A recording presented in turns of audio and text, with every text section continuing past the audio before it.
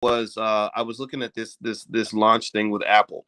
Now, I've mentioned to you guys before that Apple is a company that I want to invest in. The stock picks that I laid out for you guys, if you log into the blackstockmarketprogram.com in the What Dr. Boyce is Buying section, you'll see that Apple was one of the stocks that I mentioned, and I had a few other stocks that I picked. And the reason I picked Apple is for short-term and long-term reasons. Long-term, I believe Apple's just a great investment. They're very good at making money.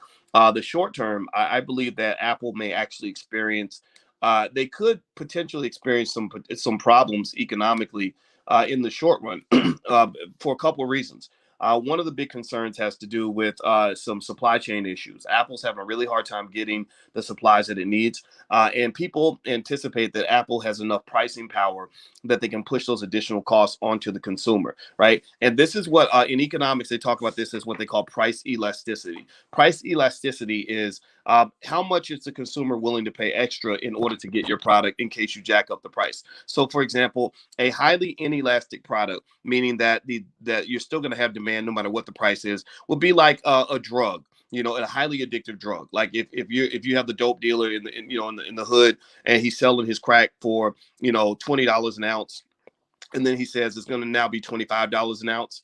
The crackheads are still going to show up, and they're going to come with that extra $5 because they have to have their drug, right? And so some products are addictive. Some products are designed to be addictive. That's why Facebook gets a lot of scrutiny right now, because they designed Facebook to be addictive. That's why you got to be really careful. There's a lot of mental health issues that come with excessive use of social media. My wife, who's an expert on the subconscious mind and all this other stuff, she's actually cited research to me where that basically claim that that social media can lead to a lot of depression for a couple of reasons. That at least one is that you're always comparing yourself to other people and seeing, and everybody else is pretending to live their best life. So you say, well, I'm not living my best life. Or everybody has a perfect relationship. Well, I don't have a perfect relationship. Everybody's made $1 million last year. Well, I didn't make $1 million last year. I'm still on the plantation, right? So you start feeling bad about your life. So you got to be real careful about comparing yourself to others. But then the other is more chemical. And it relates to dopamine. And basically what they do with social media platforms like Facebook and Apple and other companies are accused of this, is they make you addicted to their product by releasing dopamine based on how they randomize the content that you see. So what they'll do is they lean on the science behind gambling addictions. The reason gambling addicts continue to gamble is because there's a randomness. Right. If everything was predictable, like if the gambler knew he was always going to lose every time, he would stop gambling. If he knew he was always going to win every time, it would be boring. Maybe he would keep playing just to get the money, but it wouldn't excite him as much as the anticipation of knowing that there's a mixture. Like sometimes he wins, sometimes he might not win. And every time he thinks about walking away, he's saying, well, this might be the one big time. If I play one more hand, this might be the big hand that gets me over the top. Right. So that randomness is actually incorporated in the way social media feeds work. And so Facebook kind of does that to kind of play with your head a little bit. And then also all those bells and all these beeps and dings and buzzes, those are designed also to train you like Pavlov's dog. Every time you hear ding, you know that that's a new message. You don't know what's in it. You're excited. It's like opening up a Christmas gift, right? You hear a buzz. That means you got a new text message. You hear another little sound. That means you got somebody tweeted at you, right? So ultimately, what I encourage you to do is, if you want to get rid of the psychological aspects of social media, at the very least, turn off all the notifications and all the bells and buzzes and dings and beeps, except for the ones that really matter for you. So I have certain news feeds that where I want to keep up with the news. So that's important to me. That's exciting for me to keep up with what's going on in the world and connect with what people are thinking about. And so I turn those on, but everything else I turn off. If you text me, I will see it when I see it. If you email me, I probably won't even know about it, because I stopped messing with email. It was overwhelming, right? I get 1,000 emails a day. If you tweet at me, I don't even care. I won't even know. If you at me on Facebook and I get a notification, I won't see that. Nothing's going to buzz or ding on my phone, because that will drive you insane, right? So just keep that in mind, and especially for your children, because your children, they don't know the things that we know. They don't know what you and I know about mental health and all that. So they're 10 years old getting used to all the buzzes and beeps and dings and all that. And that's connected to ADHD. That's connected to depression. Those constant dopamine triggers, what that does is it creates depression for the same reason that a cocaine addict gets depressed when he doesn't have his cocaine, right? So just be very careful about that. So with that being said, Apple is they're the masters of the bells and buzzes and beeps and dings, and they control your life, and everybody's staring at their screen. So Apple does these big launches that are going that take over the world. Everybody pays attention to say, what is Apple doing now? Well, that's really interesting. But what's interesting as well is that Apple's running into a couple of little issues right now that people aren't really talking about. And I read an article today. Let me see, what was it? It was on this site called payments.com, PYMTS. And it says that there are security and supply chain issues right now with Apple that may affect its launch. And it says, as it has nearly every September for over a decade, Apple is preparing to unveil its newest slate of iPhones, the 13th generation overall, and the second with 5G capabilities. And while analysts aren't expecting a massive redesign of the flagship iPhone, increased processing power and improved cameras are among the anticipated features. Lurking in the background of this year's event, though, are dark clouds that threaten to impede the mountainous sunrise Apple has chosen to represent California streaming. That's what they're calling it.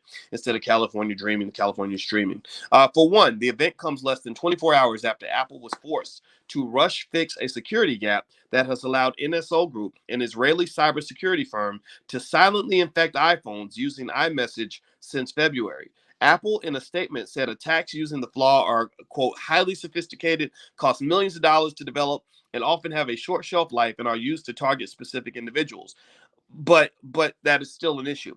So cybersecurity experts are still saying this is a problem. Additionally, as much as executives likely want to avoid discussing how nearly 18 months of supply chain issues have impacted the company, they may be forced to in the form of higher prices. Apple tends to keep the cost of new iPhones relatively close to previous models, but chip shortages and other logistical hurdles are expected to cause a bump. The basic iPhone 12 starts at $799, and the iPhone 12 Pro starts at $999. On a conference call with investors and analysts in July, CEO Tim Cook said Apple is, quote, paying more for freight than I would like to pay. He says, we'll do everything we can to mitigate whatever set of circumstances we're dealt.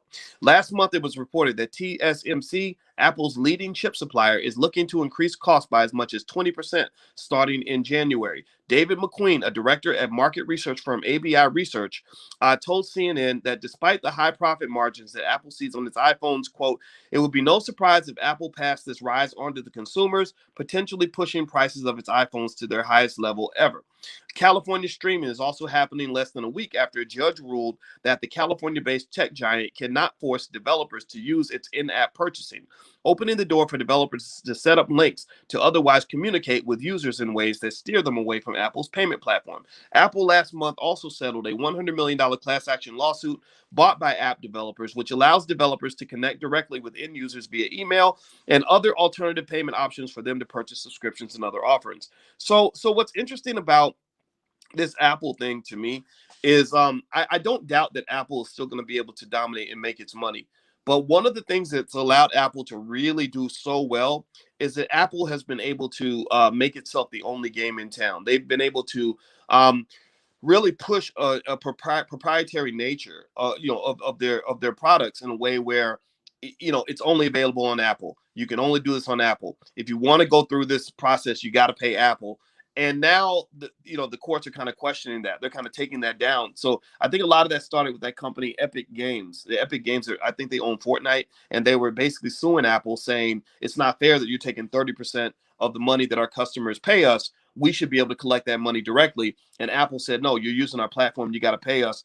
And so the judge is kind of taking that away, that sort of exclusivity that Apple had, and allowing companies to directly collect the money. And so what some have speculated, and I thought about this and I agree with this, is that a lot of these payment processing companies may see a come up from this. They said PayPal is a company that may benefit dramatically from the fact that a lot of payment processing is now going to bypass Apple and go through other channels. So maybe that might be a reason to see a bump in PayPal's revenue or something like that. Not telling you to buy PayPal stock. I think I did recommend it though a few weeks ago, but I do because I like it and I own it. But at the same time, these payment processors may benefit from Apple's so-called demise. I don't think Apple's going to see too much demise, but they might see a little bit of it. So it's going to be interesting. Now, again, I think the good outweighs the bad with Apple. That's why I bought the stock. But you could see some bumps as a result of some of this stuff that's going on. Okay, guys. So Let me go back. I'm gonna get back to answering your questions that you have inside the class. Those of you who are listening on the outside, I'm gonna shut this feed down. If you want to join us, we'll be in here for a little while. Join us at the blackstockmarketprogram.com. The URL's right there on the screen. We're about to shut this down. So everybody have a good day, and we'll hopefully see you in class.